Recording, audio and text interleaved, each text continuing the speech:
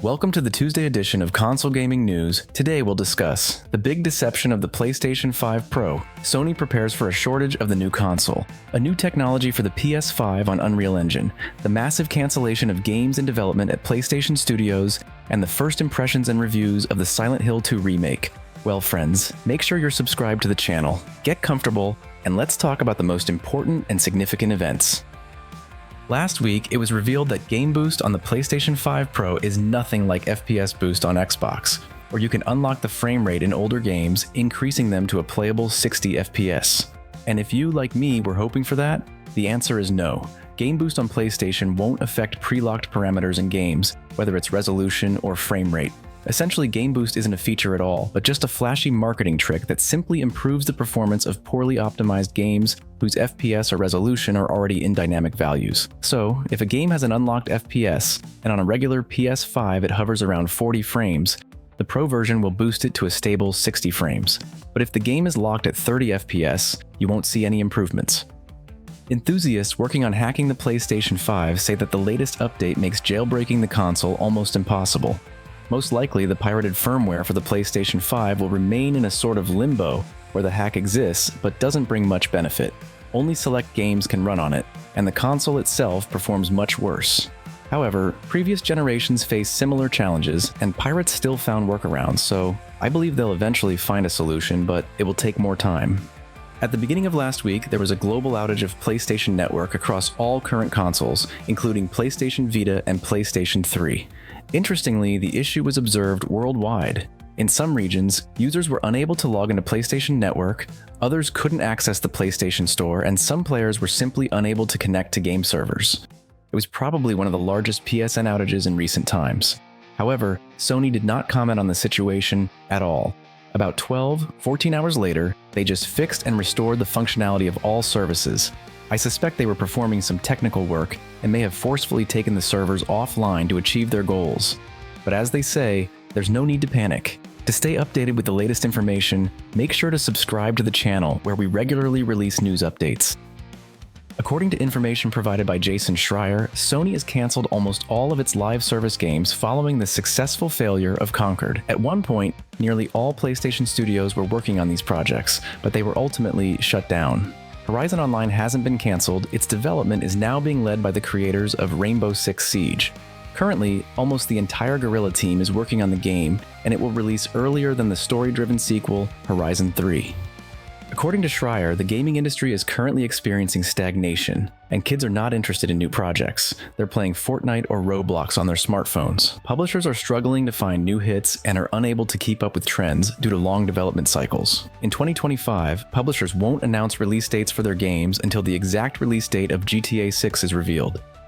Despite the high price of the new PlayStation 5 Pro console, Sony fears that it might face a shortage due to resellers. To combat this issue, the company has introduced a reservation system for the PS5 Pro. Now, to purchase it from the official PlayStation Direct store, you need to fill out a form and have a minimum of 30 hours of online play on a PlayStation 4 or 5. To prevent time manipulation, the hours counted will be from February 22, 2014 to September 19, 2024. I have a feeling that in this situation, it's Sony who's blowing things out of proportion. I don't think the demand for the Pro will be as massive as it was for the regular PlayStation 5.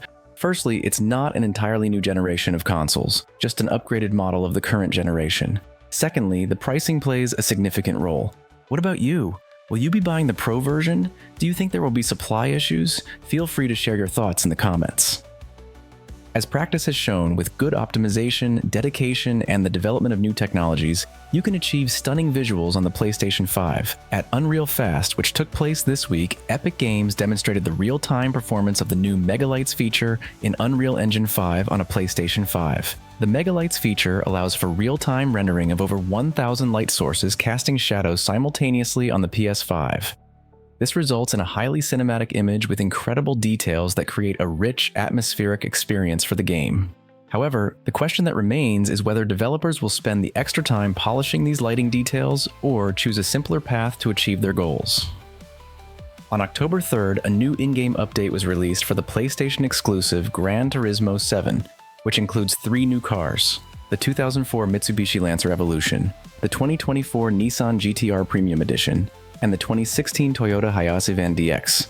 In addition to that, a new menu dedicated to Audi has been added to the cafe section, and the list of tracks available for races against the Gran Turismo Sophie AI has been expanded. The update didn't stop there. The following events were added to the tracks section: the Sunday Cup and the Nissan GTR Cup. Fans of virtual photography weren't forgotten either, as a new location, Chicago, has been added to the arcade mode. Another remake from PlayStation Studio has been released for PlayStation 5 and PC. However, there's one small issue. It runs at only 30 FPS on the regular PlayStation 5. Yes, you heard that right. We're talking about Until Dawn. In my opinion, the problem is that the regular PlayStation 5 can only handle the game at 30 frames per second. At the same time, PlayStation 5 Pro support has been announced, but it's still unclear what the advantages will be, if any.